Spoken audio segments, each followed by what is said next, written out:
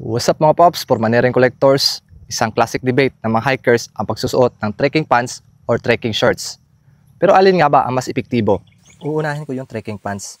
Mas protektado ka sa mga matitinik na halaman, kagat ng insekto at alimatik. Required talagang magsuot ng trekking pants. Iwas na rin sa sugat sa binti at protection din sa sunburn o pagkaitim ng mga tuhod. Maganda gamitin sa mga masusukal na trail.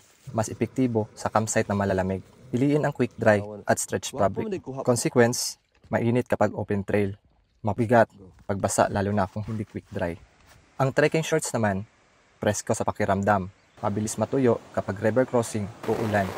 Magandang gamitin sa mga established na trail, tropical o lowland trails. Consequences, walang proteksyon sa gasgas ng paa, binti, kagat ng insekto at alimatik.